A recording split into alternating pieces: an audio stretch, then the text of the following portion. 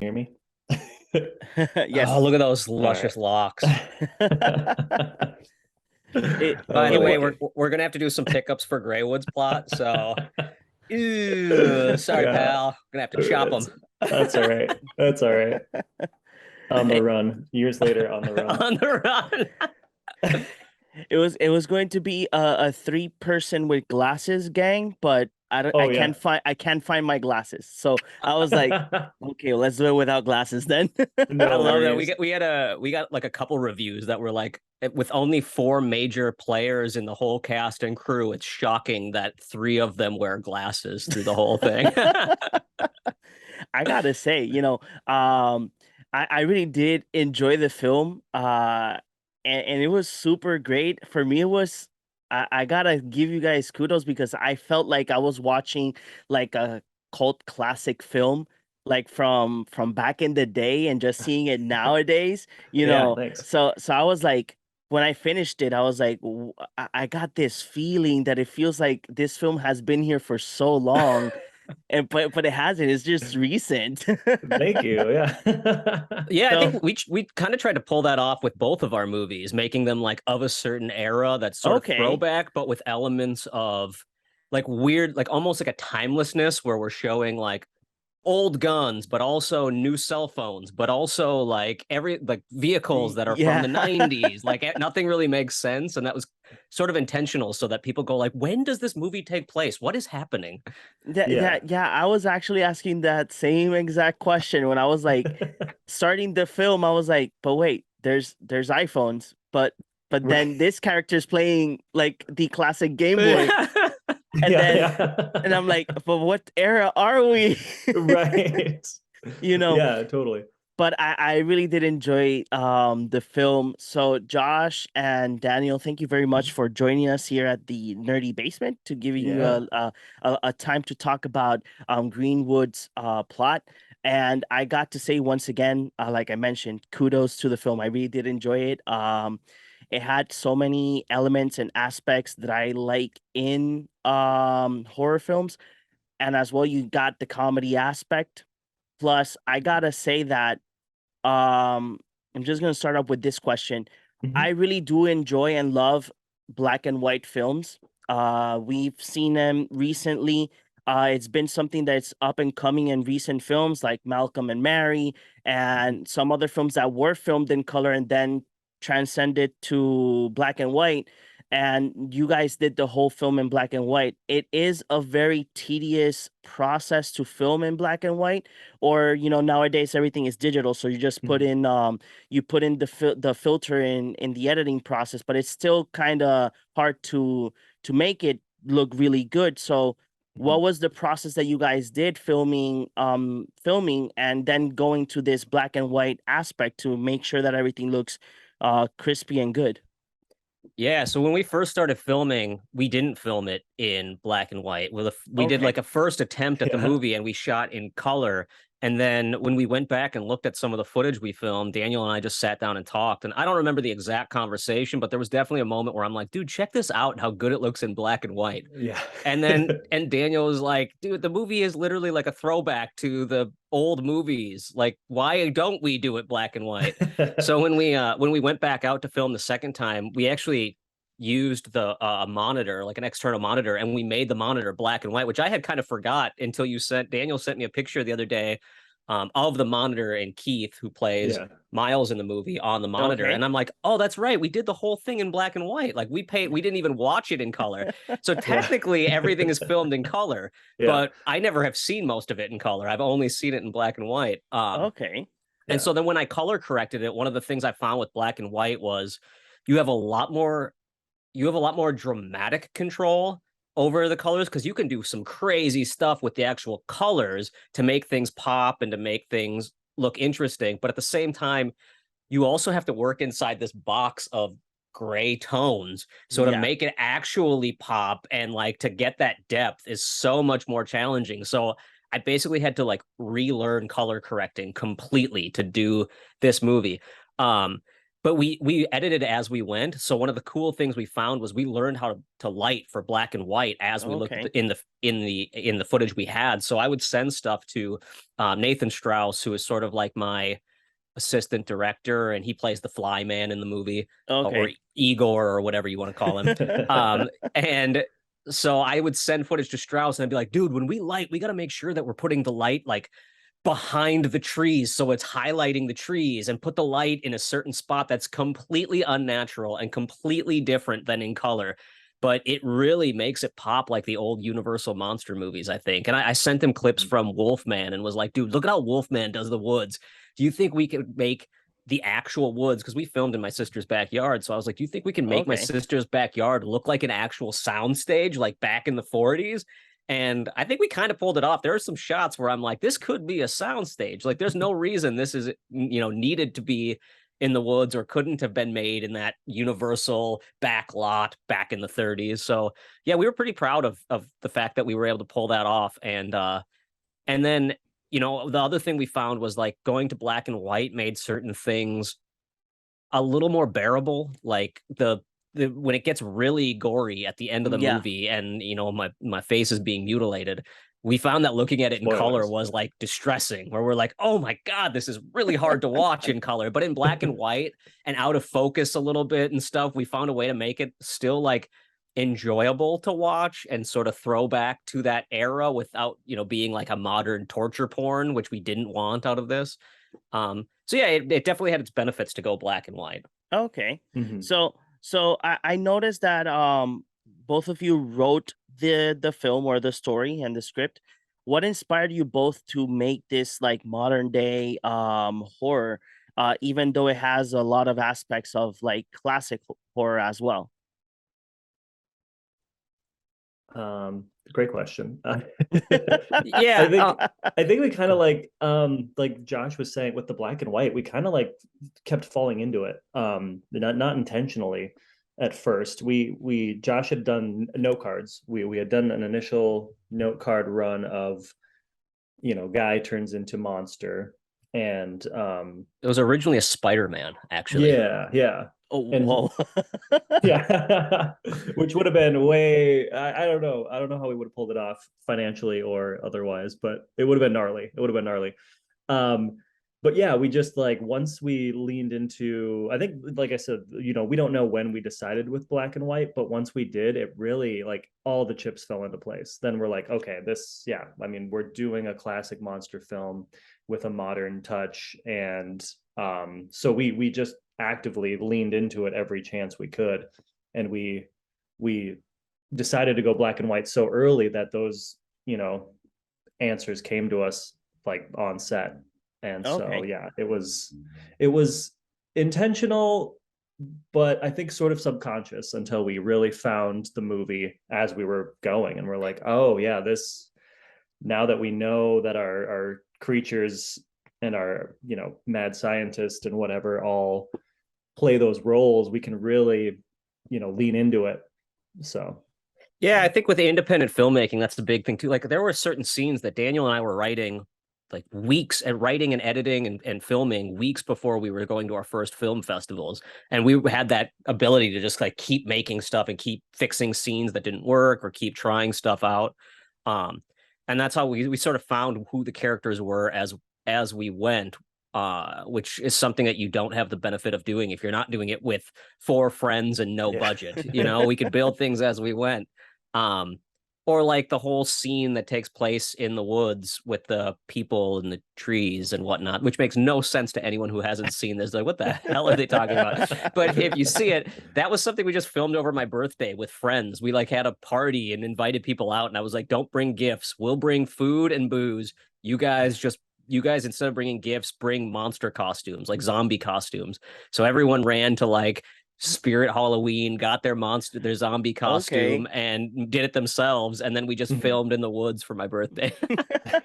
So wait. So that whole scene that well, I know that people until they watch it, they won't know. But that whole scene where we see like all the creatures and everything, that was like on your birthday? Yeah. So we filmed all of that. And that's like, my sister is one of the monsters hanging from the tree. Daniel's like 2-year-old child is grown into the ground in one shot. Like it's just complete thrown together, whatever we could do. And some of it was filmed at different times, like the bat monster. That's just me like naked out in the backwoods of my sister's yard with Daniel filming me covered in fake blood. Yeah. There's some really great behind the scenes of me like getting pickup shots afterwards in my underwear, covered in fake blood, filming Keith checking laying on the ground. Yeah. Running back and forth in front of the camera, behind the camera. Yeah. It was chaos. It was pure chaos, but I think that's what works about the movie. And I think one of the things I've noticed, a lot of people who watch the movie without kind of it saying it completely, one of the things that kind of comes across is that you kind of feel like part of the filmmaking process when you watch it. It's very like, you can see some of the seams. You can tell that we're just a couple guys out in the woods making a thing together.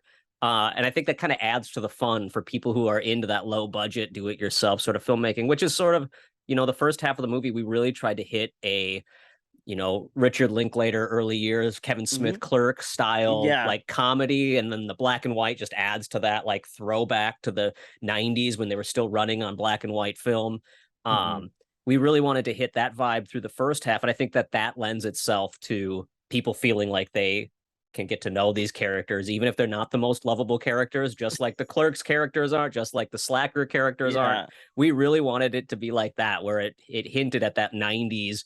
You don't have to really like these guys, but you definitely want to go along for the ride. No, definitely. And that's the same vibe I got when I finished the film. So I got one question for Daniel. So Daniel, I did see that you portrayed Doug. How was your process of bringing Doug to life? Because you don't see the true nature of Doug until mid act 2 to the final act. How was your process of bringing this I would say malignant, toned down villain in the film? I mean, it was basically just discussions with Josh and I. We came off our first film called The Good Exorcist, where I played a much bigger, I was the priest that exorcised demons, and that guy was a big personality, very lanky, goofy. It was more physical work. And so writing Doug, we wanted to kind of go and do a 180 of that and be a little more subdued. And coming from the Midwest, we sort of like went with that Fargo, Coen Brothers sort of, you know, howdy, nice to meet you, neighbor. I got some hot dish in the freezer. And then that's a good line. We should have put that in the movie. Yeah, next one. Just come up next in the sequel. I got some hot dish in the freezer, eh? So yeah, we started, you know, that was we leaned into the comedy at first, and then we shot the are we just going full spoilers? I don't want to, but I'll talk around it. But we there's this confrontation between my character and Josh's character, where I'm clearly have the upper hand, and I'm sitting in this chair sort of talking down to him. And we shot that scene early on, and I think we probably spent the most time doing that scene. We took probably the most takes and really found each beat to really find that sinister tone that still fits with my character from that first half. And I think once we cracked that, it kind of gave us an opportunity to do the third act a little kind of a mixture of both, because I feel like he, you know, like Doug kind of brings his personality back in a weird way at the operating table.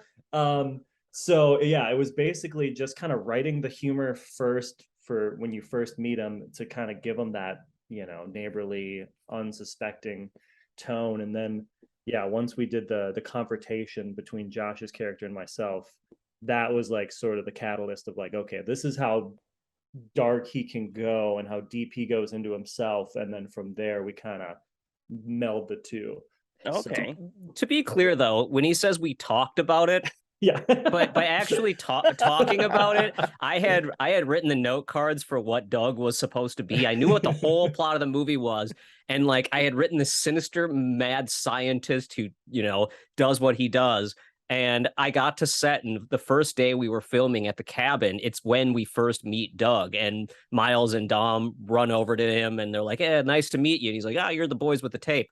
Well, in my head, when I had heard this character, I'm picturing like this evil mastermind. So I'm hearing like maybe a Southern accent, something that's got like some weight behind it. And Dan's like, here, I want to try something. Now, just hear me out. Let me go for it. Let's see what you think, but I want to try it out. And I'm like, okay, man, go for whatever. We got all day. Let's just try it out. And Dan walks up and he's like, hey, nice to meet you guys. I'm like, what is going on here?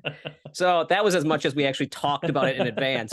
And I actually think we did a couple takes where I'm like, take the accent down a notch. And then as the day went on and we filmed more and more scenes, the more I was like, oh, you just got to lean into it. Like, talk about moose. Like, you got to talk about mooses here, man. Bring it back to 11. Yeah. So then when we finally like had filmed almost everything and we got to that scene, we filmed that scene where Miles is knocking on the table or Dom is knocking on the table and Doug is talking to him when he's all wrapped up. And in that sequence, we wrote that like days before this movie was due to go to a film festival. And I just cut it with score from other parts of the movie. And we went out and filmed in the basement of the place Dan was working at the time. And I was like, dude, I need you to be like fully Minnesota nice here. Like, so it had gone full circle from the first scene where I'm like, less Minnesota nice to like fully Minnesota nice. We need to know that these characters are friends now. And the only way we're going to do that is if you lean into it. So it's funny how like the movie evolved in that way, especially with that character more than any other character. No, I completely agree. So Josh, you I did see that you directed, edited, and shot the film as well. How was the experience of being like the whole entourage of bringing this film to life?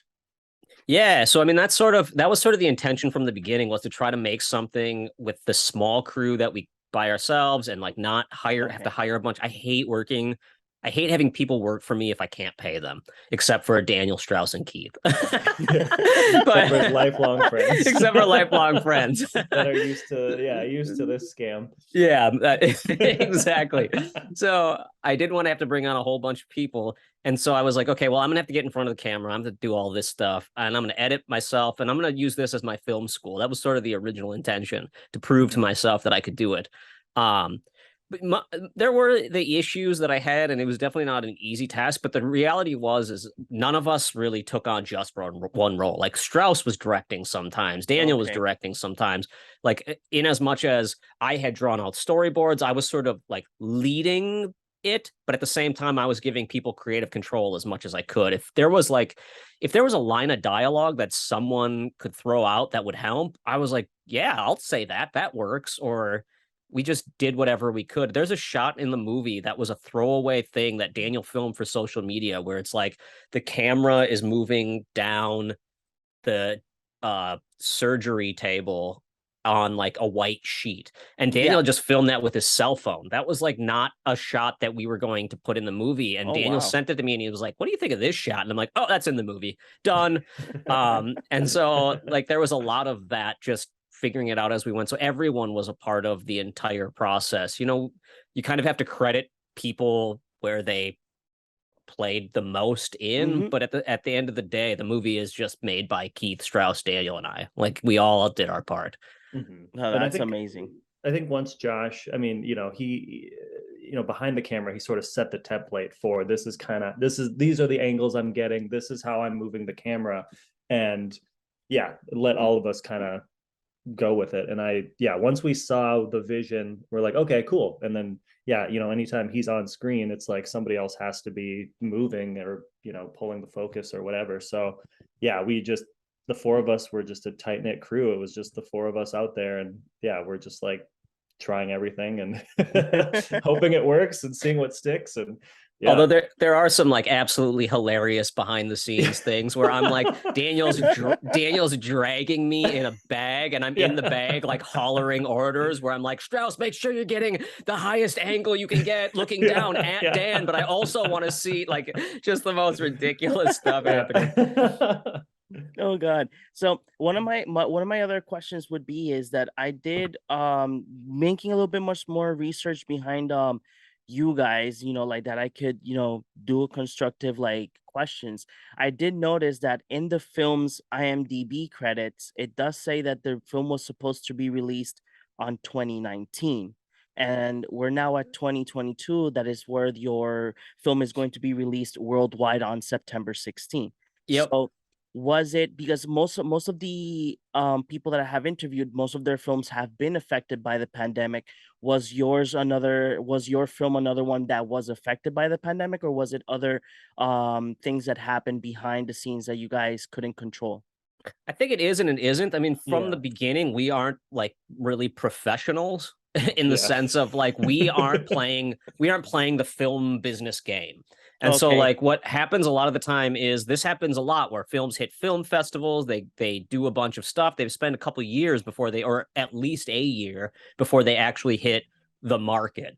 And because we were doing everything ourselves, we kind of didn't know how people play this game. So we finished it in 2019 and hit our first film festival in 2019. And so IMDb, when we put it up on there, it just put it as released on this date. Okay. So it was sort of an arbitrary thing, but as much as the pandemic affected us as much as because the film festival circuit got all messed up and we weren't able to go out to film markets and nothing was going on, it maybe took us like a year longer than it would have. The benefit of that being we did get into other festivals we never would have gotten into if we would have just put it out instead of waiting. Okay. Yeah. The film was finished, wrapped well before COVID. We played a handful of fests in 2019. And yeah, like Josh said, it was basically the festival run that was affected by COVID, because then it was like, fests didn't know what they were doing. We didn't know what we were doing with the film. We, thought about just releasing it ourselves in 2019 or looking for a distributor in 2019. But that was difficult just because everyone was so nervous about, what their slate was going to look like, what their release schedule was going to look like. And so we held on to it. And yeah, we kind of had a second wind in like 2020 and then 2021, and then now we're here in 2022. We got into Fright Fest last year, which was like, that was a big push for us, and they were kind of coming back from COVID and reopening, and I'm like, well, let's just submit, see what happens. And they loved it, and they put it in their program, and we're like, holy shit, okay, I mean, or holy crap. And we're like, yeah, cool. All right, so it just kept having legs. It just kept moving at the rate of COVID, and so it kind of fell into the COVID situation, even though that wasn't the plan at first. It was made much long. It was made way before, not way before, but quite a while before that. But it grew some legs through it, and we actually kind of tried to take advantage as much as we could of a bad situation. And it worked to our advantage a little bit. No, yeah, it did. Like the thing is that when I saw the release date, I was like, could it be or could it not be? So that's why I had it to ask. One of the things that I am so intrigued of the film is that there's one scene, because you guys already told me that one of the styles or aspects that you guys wanted to bring in your film in Greywood's plot is that you guys wanted to have that modern day but classic feel for it. But there is one scene in particular that it catches my eye because it has classic cartoons, while one of the characters is like telling a story, a folklore story. So how you guys came to bring this little, like, I think it's like 30-second cartoon clip and put it in the film? How did that came up? First off, it's not a folklore. It really happened. It really happened? Oh, okay. I'm kidding. I'm just, channeling Keith's character. It did not happen.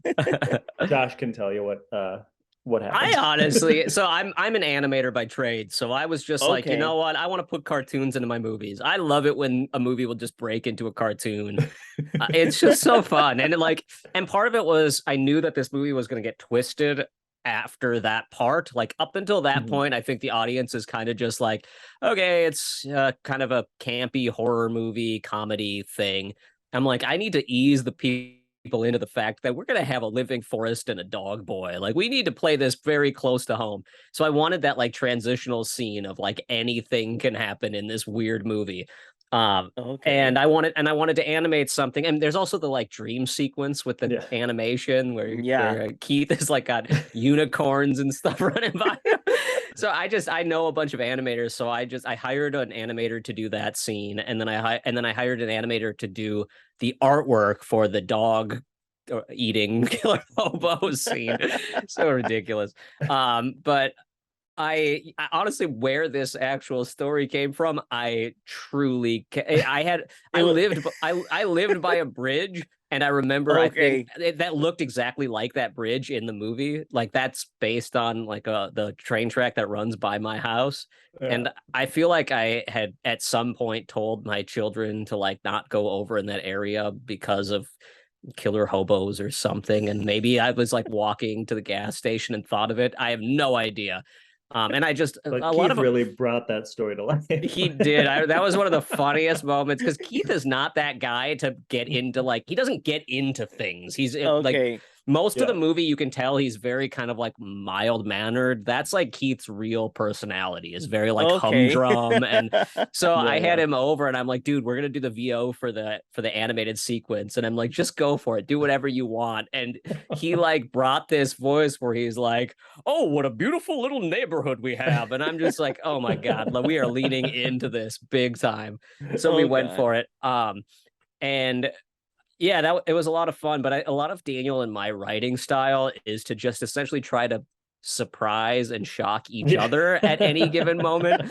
So I think that scene was very much a like, I'm gonna send this to Daniel and make him read it and then see what his response is. And it's just that's sort of the way we constantly work is to go like what is actually happening in this scene. And now I'll write a scene that doesn't have a whole lot of jokes or it's very serious, and then Daniel's like, I'm gonna write some jokes into this, and I'm like, oh my God, you're it's sort of a very strange copacetic like way of writing that makes it always interesting for the audience because it's always interesting to us. Oh, that's amazing. I wanted to ask as well because one of the things that caught my attention is the villain itself uses alchemy, or he considers himself as an alchemist due to not going into spoilers, due to things that he mentions in that scene. It's not really usual to see alchemy as a focal point for a villain. What made you guys add that? Because it's really not usual to see that in horror films. We just kind of stumbled into it. Josh and I, as you've seen the movie now, we love your big monologue moments in films, and so we always try to have a handful of moments where you just like really get into the character's head. And I remember writing most of that scene. We wanted to create this air of mystery about Doug. For like every thing you think you learn about him, there's like 2 new secrets revealed. And so writing it, for me, the alchemy was sort of just, I thought, a good analogy for the moment. And for like fame and like turning people into fame and this fame monster of sorts. But then it also, we also kind of like don't ever tell you that he's, just speaking in generalities or just speaking in codes, like, maybe there is some alchemy involved. We really didn't go into like the specifics of how the dog sausage was made, so to speak, in terms of Doug and Dom. So I thought alchemy was just like a fun sort of like tease, like is there really something supernatural or something that we don't quite know? Doug sort of alludes to like his lineage and how he comes from this long line of people that do this sort of stuff. So it's like, is it dark arts? Is it just maniacs in a shed in the middle of the woods? We don't know, but I think there's something about like we knew this movie was like complete nonsense, like most movies are, but audiences, we were not nervous, but we wanted to make sure that people were able to just like go with it. So there was a lot of like trying to explain things that are inexplicable, like we did an exorcism movie before this. It's utter nonsense. Like, we steal stuff from the Bible, but it's the Bible. It is what it is. And like, you can't really, it's not scientific in any way, shape, or form. So with this, we thought the same thing, where we're like, well, we don't want to over explain things, but we don't want to under explain things. So by talking about Doug's lineage just a little bit, it hints at something, talking about the alchemy of creating something out of nothing. And like, which also became sort of this like wonderful metaphor for art in general, and like how you have to give yourself to the art and become the monster if you want to make something awesome. And so when Doug is talking about it, you could tell like he wants to be part of something bigger. Dom wants to be part of something bigger, and they're trying to figure out what that means. So we wrote these sort of like, Dan wrote that monologue, but even when he first delivered it, we had like a whole nother section to that monologue where he explained things more in depth. And we cut all that because we were like, we don't need to tell people this. Like, they don't care why the living forest exists.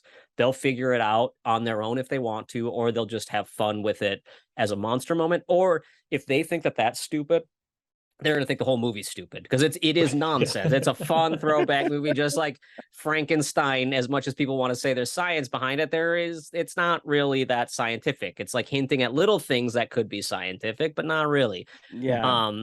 And so like, we really liked leaning into the lore of it with just hints at the science of who the mad scientist that Doug is. Okay. So wanted to ask that the film does end very open-ended. So there is possibilities for much more. I do notice that you, at least for Dom's character, like his arc is already completed and that's it. But is there any chance that we're going to see more of our mad scientist? I would love to. I would love to see more of that scientist. Yeah, I'm not growing my hair out for fun, I'll tell you that. No, I'm kidding. We definitely have talked about it. Definitely kick some stuff around. We have ideas. We have big ideas, and we would love to do more in that world. We just, what we don't want to do is do the same thing again. Okay. We very much like to shock and surprise people, even if it's, making things a little simpler than other people do, or showing them something that's a little bit different than they see in the mainstream, or even just as much as like, Greywoods Providence could be very much like a very, very different take on a family, or a very different take on anything. So we don't want to, we're not rushing it out, but we're definitely thinking about it and seeing what we can do with these characters in the future. That's Are you amazing. Are you confirming Greywoods Providence? Is that a sequel title? I'm confirming Greywoods Providence is a movie that it's an hour-long movie about a man walking his dog. Wow. Whoa. Yeah. Yeah, no, there's a lot going on in those woods, and there's Dom, I think one story, one cycle of Dom's life has opened and closed, but there's definitely a new journey ahead of him and a new life ahead of him. So, who knows what that looks like. That's amazing. Yeah, I'm crazy to see what's next. I know in the future, right? Yeah, and it'd be a shame if like the government or the local authorities stumbled on the Greywoods encampment and had to clean them out. Who's to say?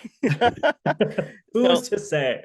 So Josh, Daniel, it is something that we really do at the when we're about to say our goodbyes. But do you guys have any upcoming projects? Do you have anything that it's upcoming? I know that Greywood will be available in all digital platforms worldwide on September 16. So whoever has not watched it, you have to go ahead on September 16 and sit down and enjoy that film. But do you guys have any other projects that you guys are working on, or anything that's releasing in the next few months or years? Yeah, so we've got our first movie, The Good Exorcist, is out right now on Blu-ray through Troma. If you go to tromadirect.com, you can pick that up on Blu-ray. It's also available for digital on Amazon and iTunes, I think. I'm not exactly sure. That the movie had a very strange release because of circumstances. But the Blu-ray is fantastic, and Troma knocked it out of the park. So if you collect physical media, go get the Blu-ray. It's awesome. And I'm working on a new movie called Scumbag right now. Literally, like right before I got on this, I was working on it. So I'm editing that right now. That's a movie I made during the pandemic, literally by myself. I was the only person involved in making it. So I made it in my basement, turned my basement into a bunker, wore a gas mask, and shot a movie by myself. So I'm editing that right now, and hopefully that'll be out at the end of this year, or going out to film festivals and stuff like that. What else, Daniel? What else do we have going on? Well, I just got the first draft, the vomit draft of our next film. Hopefully our next film. I'm currently working on the second draft of something currently titled Band-Aid Face. Title subject to change due to legal reasons, I'm sure. But yeah, we're dabbling in something slashery, even weirder than this Greywoods film. Hopefully hoping to film this winter, and yeah, we're excited to see what people think of that.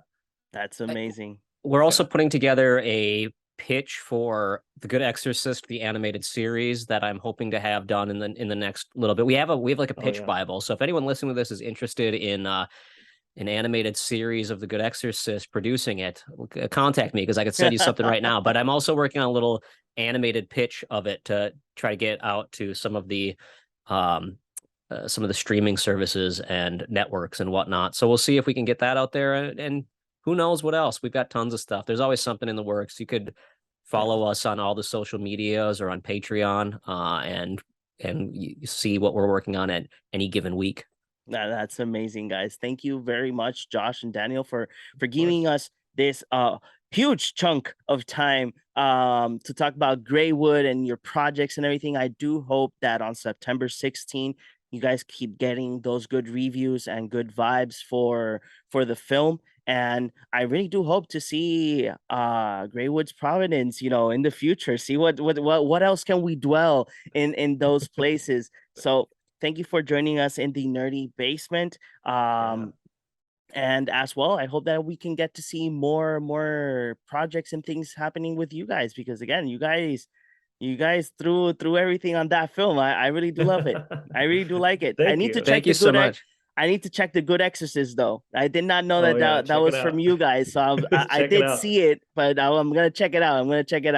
Yeah, so no, it's the movie's finally coming out September 16th. So yeah, if people like it, if they enjoy it, tweet it out, let us know, and maybe we'll get that sequel going a little quicker than we planned, No, yeah, I really do hope. Thank you very much, guys, for joining us today. And for everybody that's watching us in the Nerdy Basement, once again, I like to remind you guys all the time, September 16 is the release of the Greywood Plot on all streaming platforms. So just please check it out, like that you guys can enjoy a great, amazing film. And then we will see you in our next interview.